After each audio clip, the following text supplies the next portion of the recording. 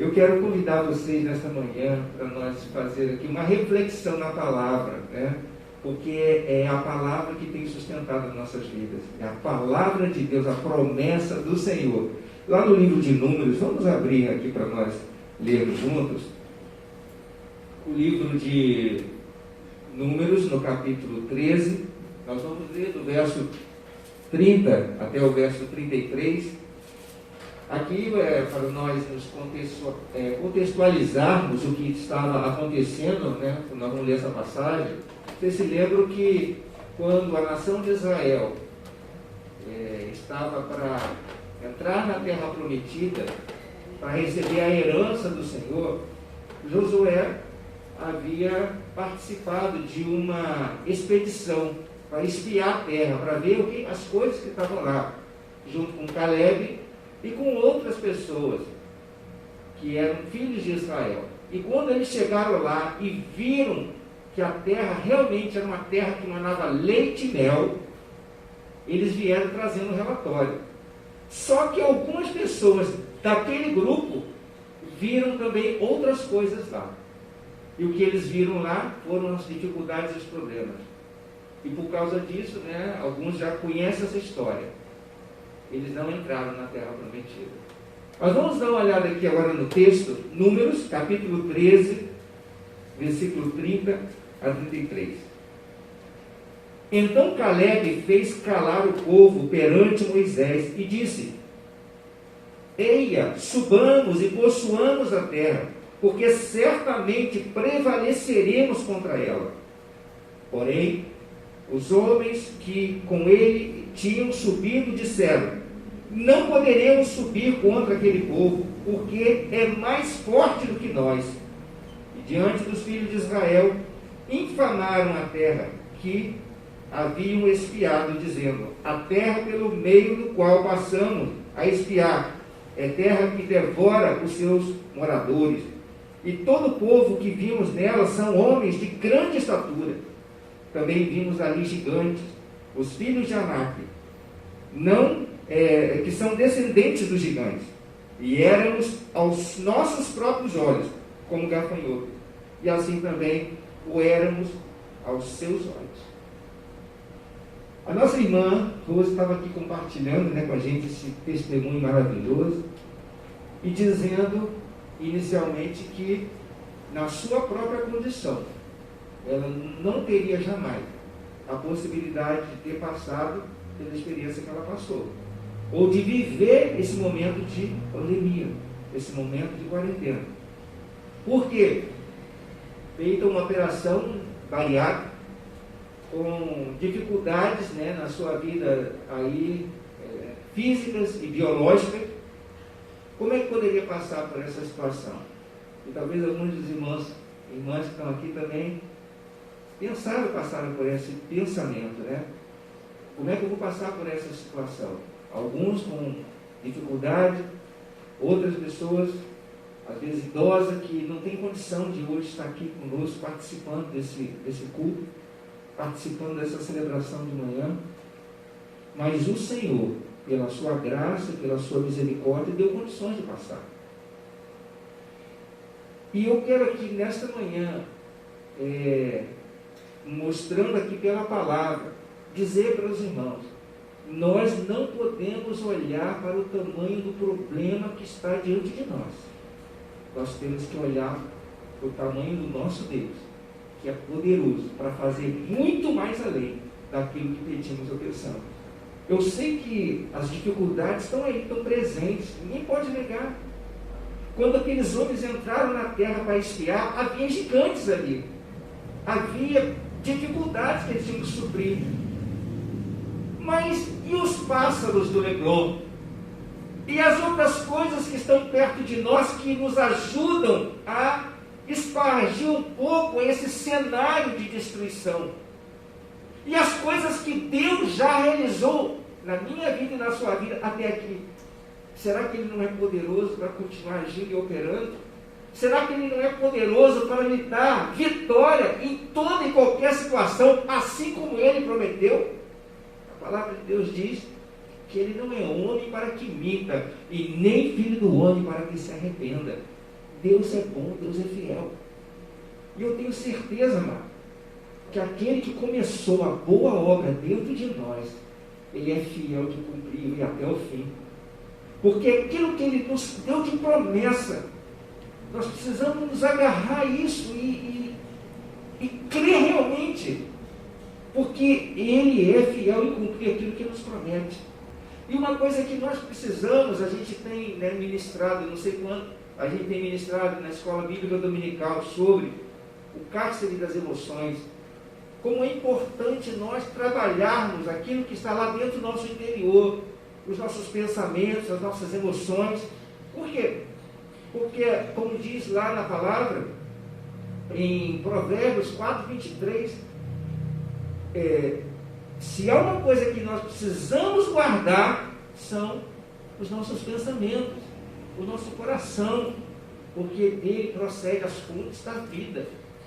É exatamente aquilo que passa pela nossa mente, pelos nossos sentimentos, que vão governar as nossas atitudes, os nossos comportamentos, as nossas ações. E às vezes nós somos paralisados por causa do medo. Às vezes nós somos impedidos de prosseguir, porque nós olhamos para o tamanho do desafio e pensamos, eu sou um vermezinho diante desse problema. Mas, amados, o nosso Deus que está do nosso lado, é maior e poderoso, que Ele nos ajuda em toda e qualquer situação. Eu tenho certeza disso. E eu sei que hoje você está aqui, irmão, porque você crê, você espera e você está confiando no Senhor, e Deus está aí agindo e operando na sua vida. Então nós não podemos de maneira alguma olhar como ali aqueles israelitas, olharam para os seus inimigos. E o que está escrito aqui na palavra? Como eles se viam diante dos seus inimigos? Como eles se viam? Vamos dar uma lida aqui com cuidado nesse versículo. Olha só. Versículo 33. Também vimos ali gigantes, os filhos de Anak, que são descendentes dos gigantes. E éramos aos nossos próprios olhos, como que? Como gafanhotos. Quer dizer, eles olhavam para si mesmos e viam, nós somos como insetos. Nós vamos ser esmagados por esse problema, por esses homens, por esses gigantes. A Bíblia diz, amado, que assim como nós nos imaginamos, assim como o homem imagina, assim ele é. Se nós começarmos a criar uma imagem de nós mesmos, como os derrotados, os destruídos, os vencidos, o que não tem força, que não tem condição, aí você vai se sentir dessa maneira. Você vai sentir que você realmente não tem condição, que você é um derrotado, que você não tem condição de prosseguir. Mas se você der uma pausa e pensar o seguinte: por que eu estou aqui nesse mundo? Por que Deus permitiu que eu nascesse? Uma vez eu ouvi uma ilustração do pastor Josué Lyon, que eu achei assim sensacional. Todos aqui sabem, conhecem um pouquinho de biologia, sabe que o óvulo, ele é fecundado quando entra no óvulo um espermatozoide. Eu acredito que também todos vocês que estão aqui sabem que numa ejaculação é liberado bilhões de espermatozoides e apenas um fecunda o óvulo. Então, o que acontece? Daqueles bilhões de espermatozoides que estavam todos vivos e que poderiam gerar uma vida, Deus escolheu esse aí, você. Deus escolheu você para fecundar o óvulo, e você está aqui hoje vivo, glorificando, exaltando o nome do Senhor. Bilhões de outros nem chegaram a fecundar e pereceram e morreram, mas você foi escolhido por Deus para vir à vida. Irmãos, quando eu ouvi isso, eu fiquei assim impactado, porque bilhões de seres que poderiam ter saído dali, o Senhor me escolheu. Uma vez eu estava passando por um momento assim muito difícil na minha vida. Eu já falei aqui numa ocasião com os irmãos, e eu me lembro, quando eu me lembro disso, isso me impacta muito, porque no meio daquela dificuldade que eu estava passando, eu pensava assim, poxa, Deus me abandonou, eu estava novo na fé, eu era um bebê espiritual, estava começando a caminhar com o Senhor, e com muitas dificuldades. E eu pensava assim, bom, se eu entreguei o meu coração para Jesus, por que eu estou vivendo todas essas dificuldades? Por que eu estou passando por todos esses problemas? Na verdade, eu acho que Deus se esqueceu de mim, que Deus não me ama mesmo, que Deus me abandonou. E eu estava lá no meu quarto chorando na presença de Deus, e o Senhor me disse, naquela tarde, irmão, eu morava num apartamento ali perto do Maracanã. E eu me lembro como se fosse hoje, naquela tarde, o Senhor encheu aquele quarto e falou ao meu coração, eu te amei desde o ventre da sua mãe. E eu me recordei das histórias que a minha mãe contava para mim, que quando ela estava grávida, no 6º mês de gravidez, ela sofreu um acidente, ela caiu no prédio onde ela morava, caiu por escada abaixo, sentada na escada. Quando eu nasci desacordado. Normalmente a bebê chora, né, quando nasce, ele leva logo uma palmada quando... Mas demorou, porque eu fiquei 24 horas no balão de oxigênio, eu nasci desacordado, e quando o Senhor chega e diz para mim, eu te amei desde o ventre da sua mãe, nunca mais eu duvidei do quanto Deus me ama, porque isso ficou muito claro para mim, isso marcou a minha vida, isso já tem mais de 30 anos.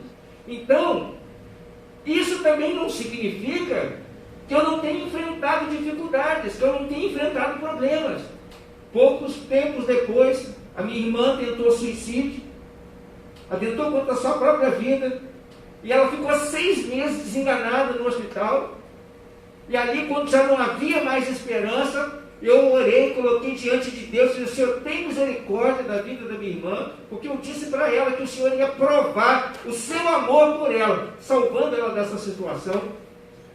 E quando os médicos disseram que não tinha mais jeito, ali o Senhor deu jeito. E ela saiu do hospital, e hoje ela está vivinha, cheia de vigor, de vida, e o que é mais importante, de esperança. E eu sou muito grato a Deus pela vida da Rosemary, porque Deus operou poderosamente na vida dela. Depois vieram outras situações difíceis, outros problemas. A minha mãe, ela, numa crise depressiva, num momento de angústia e depressão, e eu morando em outro lugar, não tinha como dar assistência para ela o tempo todo. Ela tentou, contra a sua própria vida, num desespero, numa crise depressiva, ela se jogou do 19º andar. E eu fui a primeira pessoa que a vi esborrachada no chão. Eu estou contando isso para vocês, irmãos, porque a despeito, apesar de todas as situações difíceis que eu passei, eu não tenho dúvida o quanto Deus me ama e o quanto Deus tem propósito na minha vida. Eu não estou aqui neste mundo por acaso. Você não está aqui por acaso. A sua vida tem um propósito diante de Deus. Daqueles bilhões de espermatozoides, você está aqui. Você está aqui para exaltar o nome do Senhor. Então não despreze aquilo que Deus está lhe dando de oportunidade. Coloque a sua vida nas mãos do Senhor. Não se veja como uma pessoa derrotada, uma pessoa que não vê esperança nesse momento, nas dificuldades, nos problemas da vida. Porque se você está aqui até hoje, porque Deus é fiel, tem sustentado a sua vida. E a despeito de qualquer coisa, o Senhor vai continuar operando no seu coração. Então, não se veja como um gafanhoto. Não se veja como uma pessoa que talvez seja tão pequeno diante das situações complicadas que você está vivendo. Porque maior é Deus. Maior é Deus.